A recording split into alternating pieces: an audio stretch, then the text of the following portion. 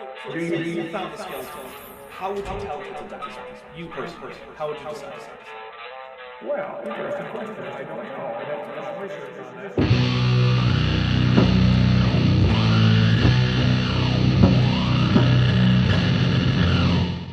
Hey YouTube, the Dapper Dinosaur here.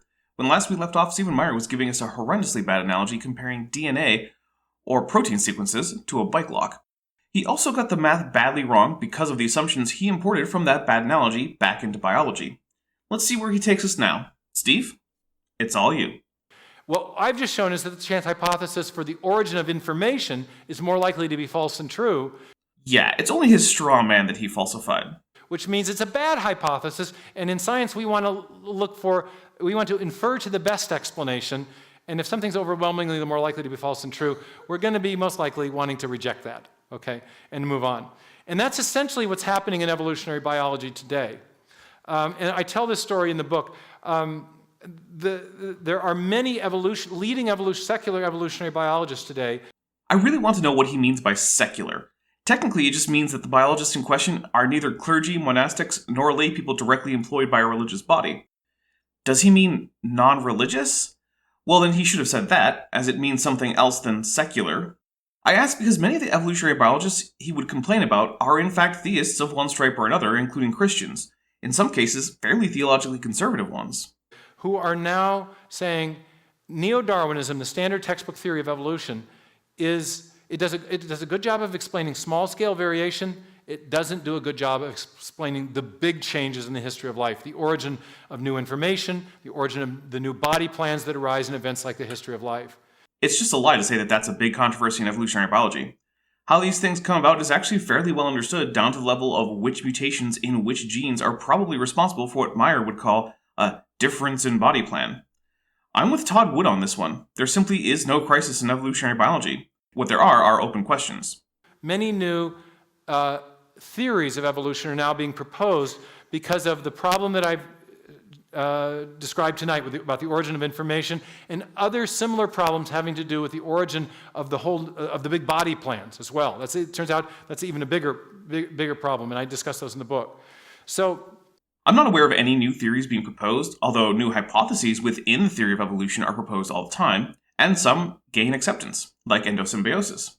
I wonder if Stevie will give us any examples of these new theories. There's a kind of an odd thing going on in the Christian world right now. You have a big push to get Christians to accept Darwinian evolution. No, not Darwinian evolution. Evolution as it is currently understood, and it's not odd. It's that Christians, like all people, shouldn't be denying obvious reality in order to cling to demonstrably incorrect beliefs. If you want Christianity to have a future, you should probably look for a way for it to not be obviously and demonstrably wrong, even if that means adapting your theology. Like churches had to when it was realized that geocentrism was simply not defensible. It's an idea called evolutionary creation or theistic evolution, and I find it really odd because you have all these leading secular evolutionary biologists in the mainstream of the discipline saying, we need a new theory. No. And to attest to that in my book, I described 6 or 7 of the new theories. And some of these theories have advantages over old-fashioned neo-Darwinism, but I also found in describing these new theories that they too fail to explain the origin of the information necessary to produce, say, these big Cambrian animals. No new theory is needed to explain that. It's literally just mutation, drift, and selection. One theory, for example, I really like is called natural genetic engineering. It's been proposed by a biologist at the University of Chicago named Jim Shapiro. Shapiro shows that a lot of the mutations that evolutionary biologists describe are not random at all. They're being directed towards certain outcomes. He says they're under algorithmic control. There's a kind of pre-programmed adaptive capacity so that when organisms respond to certain kind of stresses, they are capable of responding and generating the production of new genes or proteins as needed. Whoops, that's already been falsified. And here's the thing, it was falsified almost 80 years ago, in 1943, in a Nobel Prize-winning experiment by Max Delbruck and Salvador Luria. So if organisms respond to environmental pressures by inducing specific mutations, or even specific types of mutations, there are predictions we could make and check to see if this is the case. I will go through a simplified explanation of the Luria-Delbruck experiment. The idea is as follows. if bacteria mutate to gain resistance to antibiotics in response to the presence of antibiotics, then you take a large number of bacterial colonies and separately expose them all to the same levels of the same antibiotic, and you should get similar amounts of resistance developing in all of them, since all are going to induce about the same mutations in about the same time frame in response to the same environmental stimulus. If, however, mutation simply occurs stochastically and not in response to this, then some starting colonies will start already having a level of resistance, some will only have that mutation late in the experiment and have only limited resistance, and some may never get such a mutation and show essentially no resistance. In other words, if this stimulus-response model of mutation is correct, all bacterial colonies will fall within a narrow range of resistance. And if it is incorrect and random mutation plus selection is correct, there should be a wide range of levels of resistance between colonies. Well, turns out there is a wide range of levels in resistance, so there you go. The idea is falsified. Here's a link to a video Dr. Dan did on the same basic idea, and in the description you'll find the Wikipedia article, because frankly, if your idea was falsified experimentally 80 years ago, I don't feel much need to go past that as a source that I provide. Once something has been known for an amount of time that I could round to a positive number in terms of centuries, there's really no excuse for getting it wrong while presenting yourself as an expert. But there's a pre-programmed capacity there. And Shapiro describes these non-random evolutionary processes, but he doesn't attempt to explain where the pre-programming came from. It came from nowhere because it isn't a real thing. And that's what really interests us, those of us who are proponents of intelligent design. Now, I first got interested in this idea of intelligent design back in the mid-1980s. As Mark mentioned, I worked for an oil company. I was doing digital signal processing. It was an early form of information technology. And I had the chance to meet a scientist named Charles Thaxton, who was one of the first pioneers in proposing this idea of intelligent design. He'd written a book called The Mystery of Life's Origin. And he had become fascinated with the same question I've been talking about tonight. Where does the information come from necessary to produce the first cell? Where does it come from to produce the first animals? And he suggested in an epilogue to this very important book that maybe when we're talking about the problem of the origin of information, we're not talking about something that's going to be solved by materialistic evolutionary processes, because what we know from experience is that information comes from a mind. Is that what we know? So what is information? Well, the only way we can quantify it is that it's a signal of some kind in which different states for each packet of the signal can exist. In the example of DNA, each nucleotide is a packet of information and it can have 4 states. So it's a 2-bit code. That means you can encode each nucleotide with 2 binary digits. The options are 00, 01, 10, and 11. But there are other things that can carry information. Each photon from the sun carries information. It's a packet, and the energy levels of the photons are the states that they can take. Information in this way manifestly does derive from non-intelligent agents all the time. In fact, I don't think it's a stretch to say that most information arises without any obvious intelligence to create it. Now, if Meyer wants to argue with this, he'll need to give a definition of information that isn't special pleading, isn't this one, and also can result in quantifiable and measurable values, such that we can tell if new information is actually needed to accomplish some biological function. Because otherwise, he's simply wrong that information needs a mind in order to come into existence.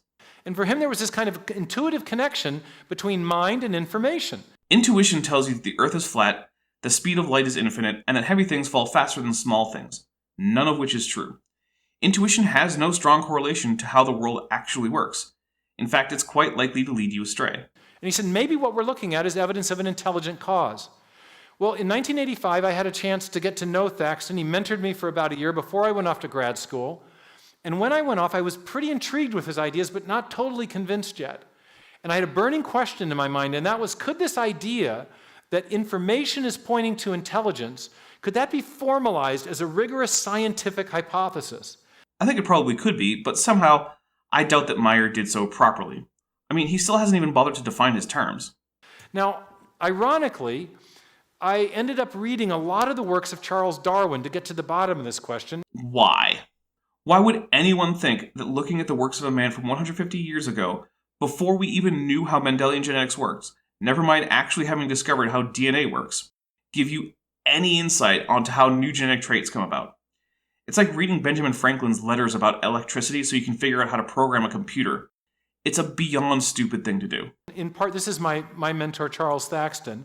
And another Charles Darwin, and I was interested in his biological arguments and so forth, but I was also interested in his method of reasoning. Time to remind everyone that Charles Darwin isn't a prophet. He wasn't the Pope of science, and his words aren't scripture. At this point, he only matters to history, not science. Now granted, it's the history of science, but still, no one is basing their current ideas on Darwin. Rather, it's on the basis of data gathered, most of it long after his death. Because he had pioneered a particular kind of scientific reasoning that was more forensic in style. He was reasoning from effects, all the clues we have in front of us, back to their causes in the ancient past. And it became clear from reading Darwin that there was a special method of scientific reasoning. You couldn't make trilobites reappear in the laboratory. They originated only once. So if you were trying to figure out what caused an event in the remote past to happen, you had to use this more historical style of reasoning that Darwin had pioneered. And scientists and philosophers now call that method the method of multiple competing hypotheses, or sometimes the method of inference to the best explanation. But that raised a really interesting question. What does it mean to be a best explanation? I'm going to go out on a limb and say that the best explanation needs to be the one with the fewest otherwise unwarranted and unevidenced assumptions, and that explains the widest range of data, while still being both falsifiable and so far unfalsified despite opportunities for falsification. Well, Darwin had a principle, and he got it from his mentor, another Charles Lyell, one of the great geologists of the 19th century. And Charles Lyell's idea was that if you're trying to reconstruct what happened in the remote past, you want to choose that hypothesis. The best hypothesis or explanation is the one that cites a cause that is now in operation. That is, in other words, a cause that's in our uniform and repeated experience is producing the effect in question. Imagine that.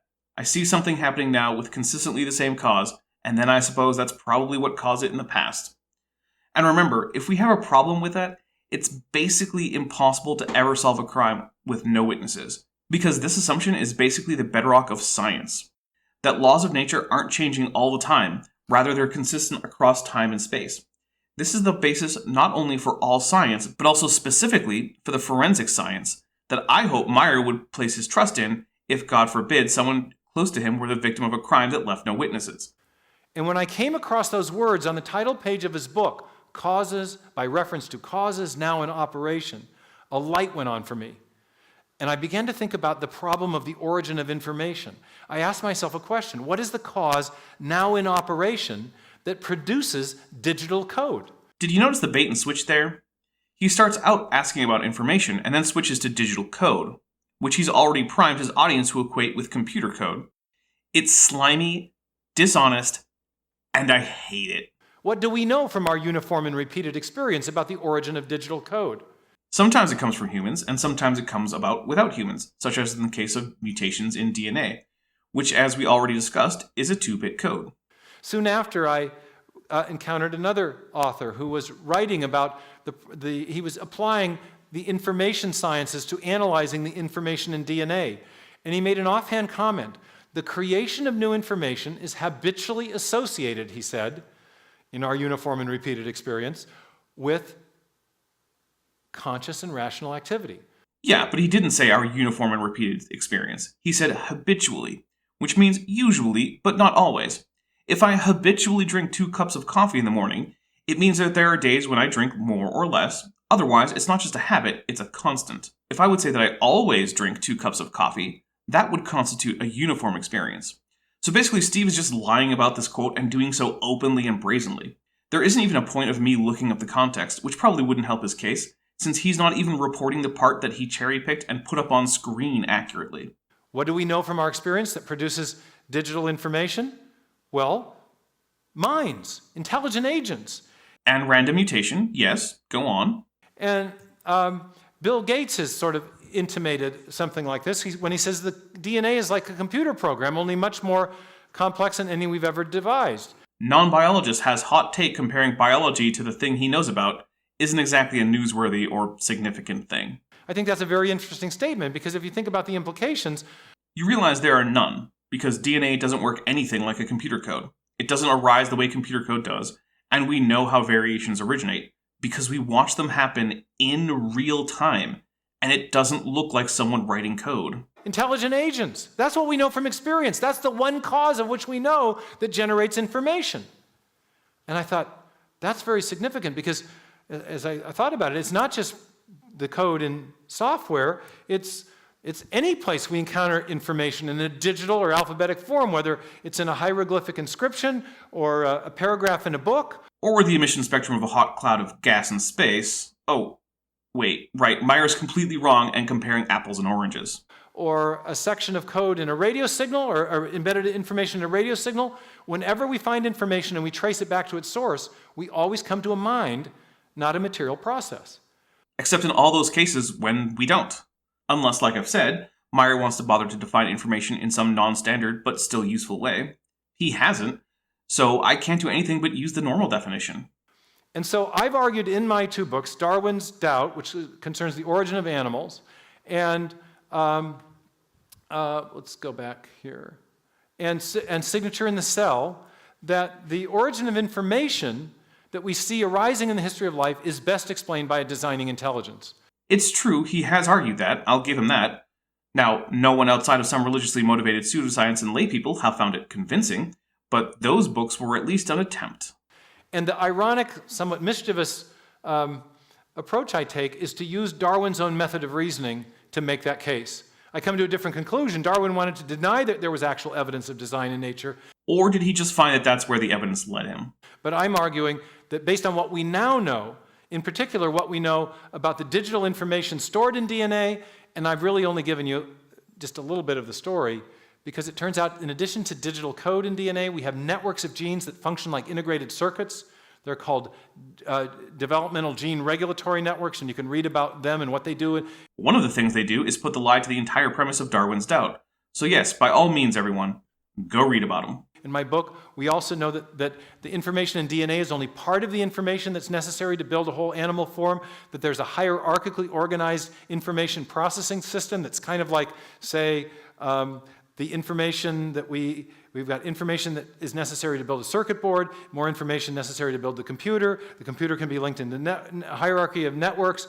We organize information in hierarchies, and biological systems are hierarchically organized information processing systems, suggesting again that we uniformly see unguided mutation coupled with drift and selection in nature originating the information we see coming into existence. That since we uniformly see unguided mutation coupled with drift and selection in nature originating the information we see coming into existence, that according to Meyer's own rules, that there is no particular need for an intelligent designer in biology, even if in a separate, largely unrelated set of circumstances, we see intelligent designers designing other things. So I think the case for intelligent design can be made very powerfully at many levels. Odd that it hasn't been then. Now, in close, some of you may wonder how the argument I've made about intelligent design is the best explanation for the origin of the information needed to build these new animal forms in the Cambrian period, how that argument has been received in the scientific community. Yes, how has it been received by the people best able to assess the arguments contained in it? That's an excellent question. What is the consensus of the experts in the field? The book came out in 2013. It was reviewed initially quite frivolously in a number of sources. So the initial reaction of experts was that the book was so bad that it was more of a joke than a serious attempt at scholarship. But then in the fall of 2013, there was a very serious review in the journal Science, written by the distinguished paleontologist and evolutionary biologist at Berkeley named Charles Marshall. And Marshall wrote a respectful review. He said some nice things about the book, but on the crucial argument, he said he begged to differ. So finally, an expert bothered to condescend to give it a more thorough treatment than other experts, probably more than it even deserved, and came away saying the book fails to make its case. Yeah, this is really not going well for Stevie Boy. And his claim was this. He says that Meyer argues that you... I'll paraphrase, but he says, Meyer argues you need all this new information to build the Cambrian animals. He says that's not our current understanding. Our current understanding is that all that you would need to have is these gene regulatory networks. The evolutionary process would need to rewire these networks of genes to control the expression of other genes for building the different parts of the animals. And when I saw that passage in his review, he realized that essentially 100% of the experts thought that his book was basically a joke, and the one guy who didn't came to the same conclusion that I, a layperson, immediately did. That Meyer doesn't know what he's talking about, and that the problem he thinks exists hasn't been considered a problem for quite some time. because this was the best possible critique I thought that I could receive. Not because it was correct, but rather because it revealed the weakness in the position of the other side. A network of genes contains what? Genetic information, and lots of it, okay? Sure does. Too bad nothing has been done to show why that's a problem. And the networks of genes that act on other genes for building the parts of the animals, what do those other genes contain? More information. Rewiring a network of genes requires multiple coordinated changes in code. More information.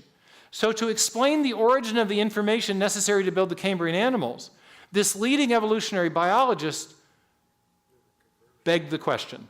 If that's Meyer's takeaway, then I can only conclude that he has no self-awareness whatsoever. His amazing work that will overturn one of the most well-supported theories in all of science was met with dismal and near-universal mockery. There has been no reversal of that state since, and his triumphant comeback is that if he doesn't bother to define information, he can pretend that it can't come about naturally. This is honestly pathetic.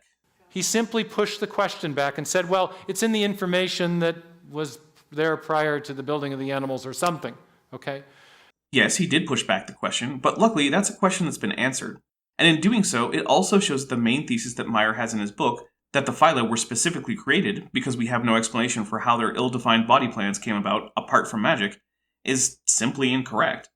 Even if it were the case that genetic information needed to come from a mind, that still means that Meyer's thesis is definitively wrong, and he needs to try again. But he didn't explain the origin of information in the first place. How you solve, for example, that combinatorial problem that I was explaining earlier with the bike locks. The one where he dishonestly pretended that only one sequence can possibly have any function out of a sequence space? Right, that one. The one that's been shown to be wrong on the basis of just regular math, but also experiment? Okay, so I actually think that we're at a place of real impasse in evolutionary theory. The crucial questions are either not being addressed, like the natural genetic engineering, really good description of some really real processes. Yeah, we really are at an impasse about the idea that was disproved longer ago than most of my audience have been alive. And by like 3 or 4 decades in most cases, if my YouTube analytics are to be believed. But it doesn't address the deeper question of where the programming comes from. And Marshall's response is of the same kind. He just pushes the question back. The question that was already answered. Okay. After this is a Q&A session, and I'm going to cut out applause and some logistics of setting that up. Yeah. No, I was wondering what your personal view is where that intelligence comes from. Are you a believer in? I'm a theist. I believe the intelligent designer is God, and I'm also a Christian. Yes, right. In my book, there's nothing wrong with being a Christian, but I do think that this and the Wedge document show that this isn't about science. It's about religion, and the pretenses to scientific objectivity and rigor are just a smokescreen to hide a political agenda to enforce Christian hegemony, if not outright theocracy. The follow-up is about young Earth creationism and how Meyer theologically interprets the 7 days of creation with his old Earth beliefs. I don't care about that, so I'm not going to play his answer. My question really is more for the neo-Darwinists, but I'm curious just your involvement with them. I think I count as a big, scary neo-Darwinist, so I'll answer that question too, I think. When the lack of transitional forms was acknowledged, they came up with punctuated equilibrium. That's a gross oversimplification. It's not that there are no transitional forms, it's that while transitional forms between major groups of organisms are abundant, those between closely related species are less common. When they find animals with similar traits, even at the genetic level, that are not related, they say convergent evolution. Generally, no. Convergent evolution results in traits with similar function but very different form. That's why the anatomy of a trout fin and a whale fin are very different, or the anatomy of an insect wing is radically different from that of a hummingbird wing, or why the hemocyanin of a horseshoe crab is very different from the hemoglobin of a human. And these differences are also reflected at the genetic level. For example, at the level of amino acid sequence, bats and toothed whales make an identical protein called prestin. It's involved in echolocation, but at the genetic level, there are basically no more similarities than required to make the same protein. They use different codons to make the same amino acids, specifically because the protein was convergently evolved. My question is, every time there's a discovery that should falsify evolution, they change the definition of what evolution is. That has literally never happened. So the way they've set up this theory, it's by definition not falsifiable. So is it a scientific theory? I thought a scientific theory had to be able to be falsified. It does have to be falsifiable, and evolution is. For example, if we could show that a lineage underwent maladaptive stages as a means of getting to a better adapted outcome in the long run, therefore showing foresight in their lineage's evolution, that would falsify most of the current theory. If the neutral variation in organisms that should otherwise be closely related didn't fall into the same nested hierarchy as their non-neutral variation or morphology, that would falsify common descent. If organisms were more or less randomly sorted in the geological column, that would falsify it. So it is falsifiable, and it is based on observation and experiment. So yes, it meets all the criteria to be a scientific theory. Now let's see how Steve responds. I'm going to be a little contrarian here as well, but I get the spirit. I agree with the spirit of the question. There's a fine point in the philosophy of science about how do you define a scientific theory. And it turns out it's super hard to do that. It's something called the demarcation question. And a lot of my work was showing that however you define science, that intelligent design is every bit as much a scientific theory as Darwinian theory is. You can apply different yardsticks. Except for the part where, since this designer, according to most intelligent design proponents, or to give them the term they apply to themselves, see design proponentists, treat this designer as omnipotent, it's clearly unfalsifiable in every way, unlike evolution. There's also no positive evidence for it, and everything it purports to explain is explained in a way that produces no useful predictions and requires more otherwise unwarranted assumptions than evolution. I'm going to go ahead and say that it in no way is as much a scientific theory as evolution is. And people choose different yardsticks. And this one you're talking about, falsification, came out of the philosophy of science of a guy named Karl Popper. And there are problems with it because it doesn't capture the comparative nature of scientific testing. It says you can just make predictions, and if the predictions don't come true, if the predictions don't come true, well then you're obligated to reject your theory and say it's false. Okay. At which point you can come up with a modification of the hypothesis. It's not like you have to start from scratch if 1 out of 5 of your predictions didn't match up. Falsification doesn't have to be an all or nothing proposition. And of course, falsificationism isn't the be-all and end-all of science, but if you can't know that you're wrong, it's going to be hard to convince the scientific community that your ideas are plausible or scientific. But scientists all the time have lots of reasons why they think a prediction might have failed other than their theory being wrong. And sometimes it's an okay thing to think, well, maybe there was a disruption in the conditions under which the experiment was performed, or so. But that's a problem with experimental design, not falsification. Basically, the scientists are wondering if the experiment actually falsified the hypothesis because there may be unaccounted for variables. That doesn't mean we don't have to worry about whether or not a hypothesis can, in principle, be falsified. And they call those, so they'll come up with auxiliary hypotheses. Well, the theory was right, but this other thing was the problem.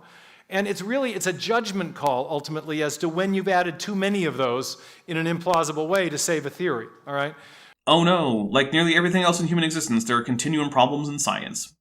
Better just explain it all by miracle, I guess.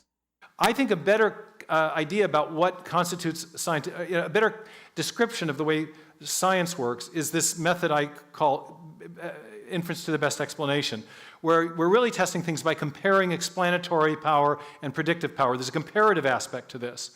Explanatory power is easy when you have an omnipotent actor. Any and all things can be attributed to this actor. Now, predictive power becomes a lot harder. Basically, you can't predict anything reliably in such a case, and interestingly, intelligent design doesn't really make any predictions that have come true, and it doesn't even make many that haven't. It's basically dead in the water in terms of suggesting avenues for further research, and that's why scientific journals aren't getting floods of new cutting-edge experiments in intelligent design. And so I would be happy to grant that Darwinism is a scientific theory. I just think that we've got a better one, and because it explains the key evidences more consistent in a way that's more consistent with our knowledge of cause and effect. So I tend not to want to say disqualify things with a definition. I want to show that our theory provides a better explanation in relation to the evidence. But there is this kind of weaseliness about neo-Darwinism. It's constantly reinventing itself to avoid, refutation. So yeah, thanks. That's just a snarky way of saying the science of biology updates with new information. Kind of the whole point of science. Hi, my question revolves around the concept of irreducible complexity. And I believe, if you can tell me if I'm explaining this correctly, there's a certain number of processes that need to be present in the cell for the cell to continue life. And if one of those processes is eliminated, if that number, I don't know if it's 130, 140, something, I believe. But if one of those processes is eliminated, that cell will die. It doesn't make a difference how many more exist.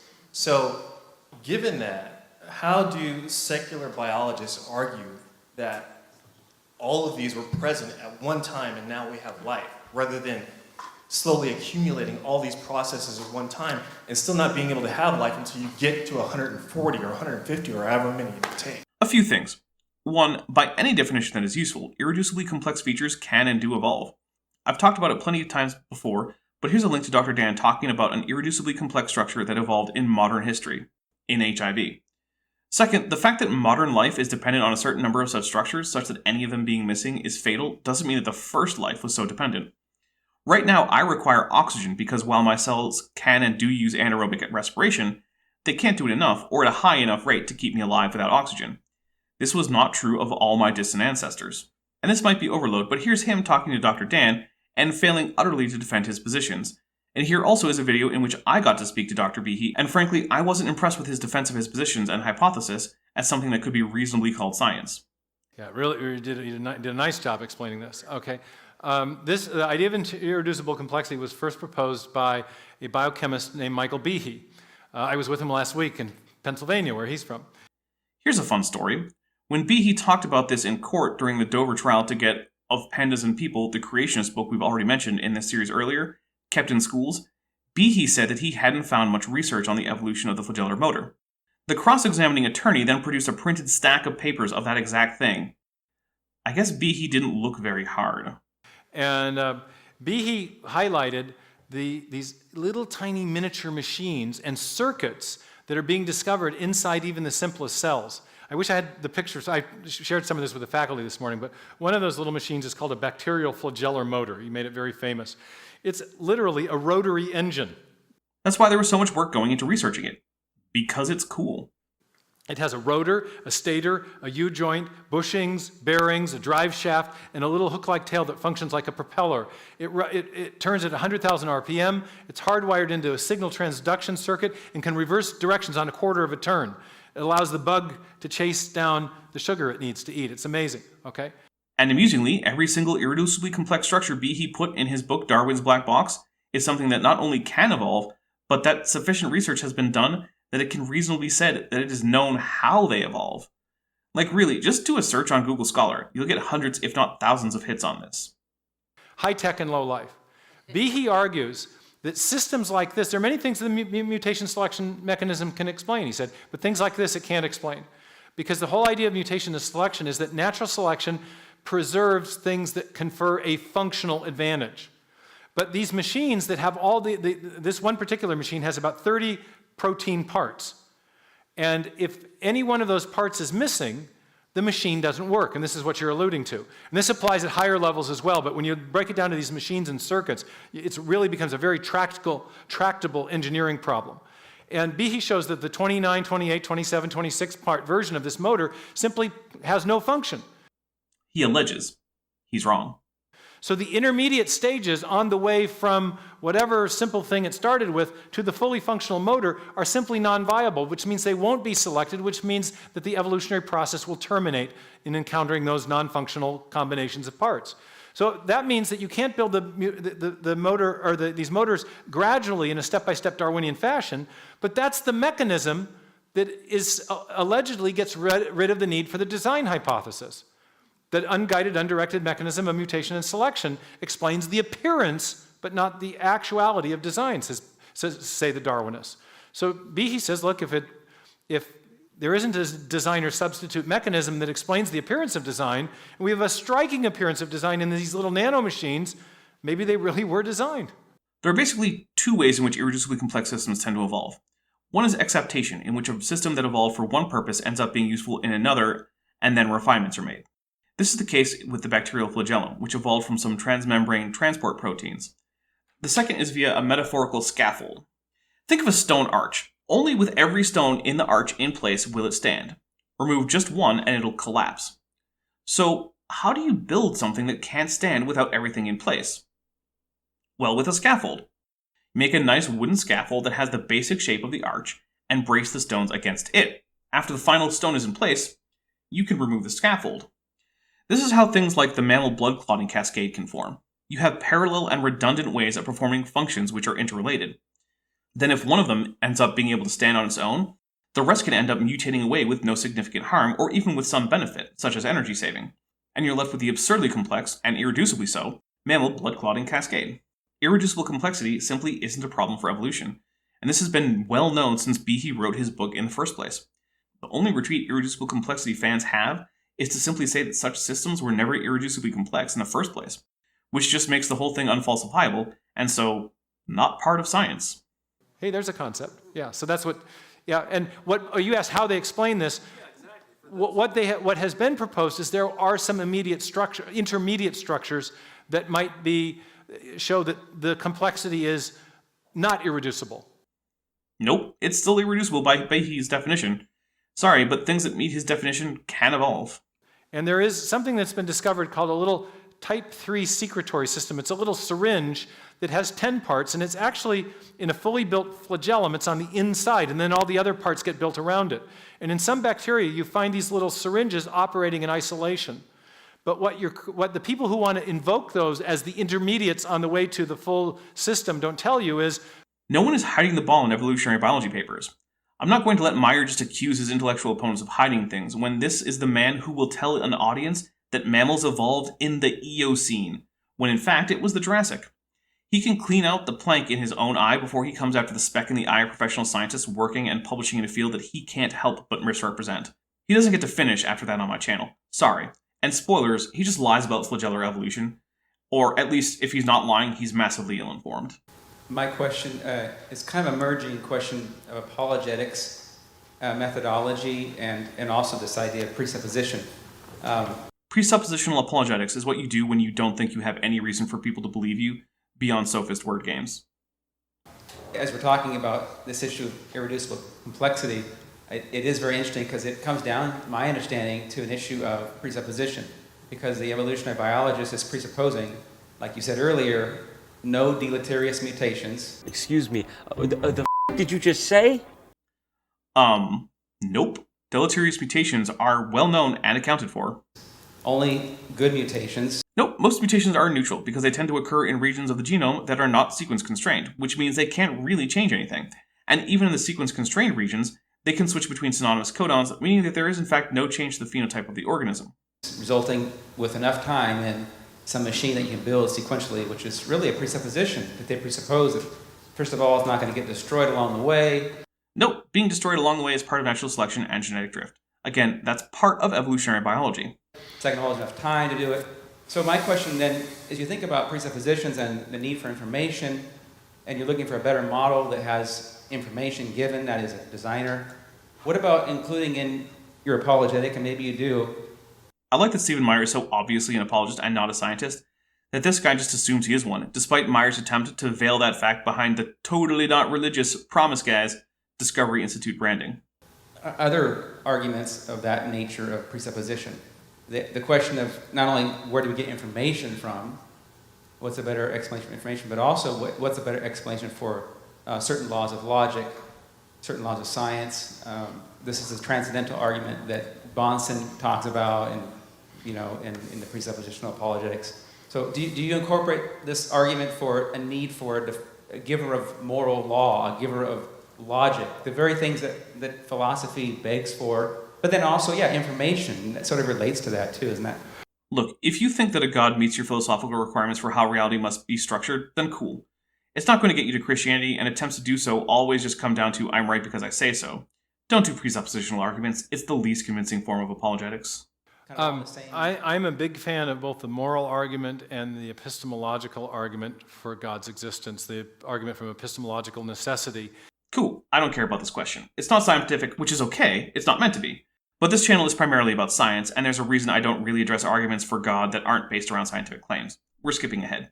I think it's interesting that the evolutionist, the atheistic evolutionist, is doing that all the time because they're basically saying they're unwilling to allow for the possibility of a God. That's why they define it as naturalistic. And there it is, my pet peeve. The Venn diagram of people who accept evolution and atheists is not a circle. There are non-atheists who accept evolution. Well, there's a huge question about the reliability of human reasoning. Hence science's dedication to testing and replicating results. The rest of this is Meyer's philosophizing. As I've said, I don't care about that, so I'm skipping it. And that's it. The rest of this is just Meyer making excuses for why there is essentially no acceptance of his ideas. It basically comes down to conspiracy theories and wishful thinking about evolution being a theory in crisis. So with that, we draw our discussion of Meyer to a close, at least for now. Thank you for sticking with me through this, and if you liked this video, don't forget to hit like and tell me what you liked or didn't like in the comments. And do remember to subscribe if you haven't, and turn on the notification bell so you're always notified when I post new content. I'm the Dapper Dinosaur. Thanks for watching, but before you go, I just want to say a special thank you to my channel members and my patrons, especially those pledging $20 or above. Work in Progress, Benthoven, Cynically Skeptic, Denny5252, Ian Chen, John Ackerman, Chris Love, Landon Noel, Yapetus, Mabbity Babbity, Sphincter of Doom, The Venerable Bede, and Patrick Dennis. As you probably know, YouTube is a very volatile platform, and from month to month my income on the channel can swing wildly. But the people you see on screen are directly supporting so that I don't have to worry too much about that, and the channel can keep going as it is, and perhaps even improving. If you'd like to join this team, there are links below to join the channel or in the description to join the Patreon. The Patreon starts as low as $1 a month, and the channel memberships start as low as $1.99 a month.